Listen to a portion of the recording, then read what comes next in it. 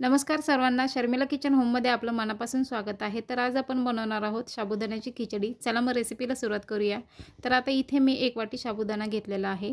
साबुदाणा आपल्याला 7 ते 8 वेळा स्वच्छ पाण्याने धुवून घ्यायचा आहे आणि धुवत असताना एकदम चोळून धुवायचं आहे, म्हणजे त्यातलं स्टार्च पूर्णपणे निघून जाईल। हे जे पांढऱ्या कलरचं पाणी दिसते ते पूर्णपणे निघून गेलं पाहिजे। आता आपण 7 ते 8 वेळा पाण्याने स्वच्छ धुवून घेणार आहोत। बघू शकता इथे मी धुवून घेतलेलं आहे। आता साबुदाणे भिजतील एवढंच आपल्याला पाणी टाकायचं आहे। साबुदाण्याच्या वरती फक्त अर्धा इंच येईल इतकंच पाणी आपल्याला टाकून घ्यायचं आहे। त्यानंतर ना आपल्याला साबुदाणा भिजत ठेवायचा आहे। मी इथे रात्रभर भिजत ठेवला होता। रात्रभर भिजत ठेवल्यामुळे तो अगदी मऊ भिजला जातो, जास्त वेळ शिजायला लागत नाही। रात्रभर भिजवल्यामुळे साबुदाणा अगदी मऊसूत भिजला गेलेला आहे। बघू शकता साबुदाण्याचा आकार पण डबल झालेला आहे। आता आपल्याला त्यामध्ये चवीप्रमाणे मीठ घालून घ्यायचं आहे। मीठ आता आपण फक्त साबुदाण्यापुरतंच घालणार आहोत। त्यानंतर पुढे आपण आणखी थोडंसं मीठ टाकणार आहोत चवीप्रमाणे। आता आपण मीठ पूर्ण साबुदाण्याला लावून घेणार आहोत, मिक्स करून घेणार आहोत। छान मिक्स करून झाल्यानंतर हे आता आपण साईडला ठेवणार आहोत। आता इथे मी कढईमध्ये 2 चमचे साजूक तूप घेतलेलं आहे। हवं असल्यास तुम्ही इथे तेल देखील वापरू शकता, पण तुपामुळे चव अगदी छान येते। आणि इथे मी 4 हिरव्या मिरच्या घेतलेल्या आहेत। हिरव्या मिरच्यांना मध्ये कट मारून घेतलेला आहे। हिरव्या मिरच्या तुम्ही बारीक देखील चिरू शकता। त्यानंतर अर्धी वाटी भाजून घेतलेल्या शेंगदाण्याचा कूट टाकून घेतलेला आहे। कूट आपल्याला छान तुपामध्ये परतून घ्यायचा आहे। एकदम बारीक गॅसवरती परतून घ्या। शेंगदाण्याचा कूट असल्यामुळे तो लगेच करपतो आणि करपलेला कूट छान लागणार नाही खिचडीमध्ये। आपल्याला आता हलकासा तांबूस रंग येईपर्यंत आपल्याला परतून घ्यायचा आहे।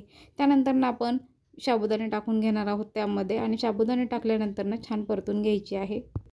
बारीक गॅसवरती साबुदाणे आपल्याला छान परतून घ्यायचे आहेत।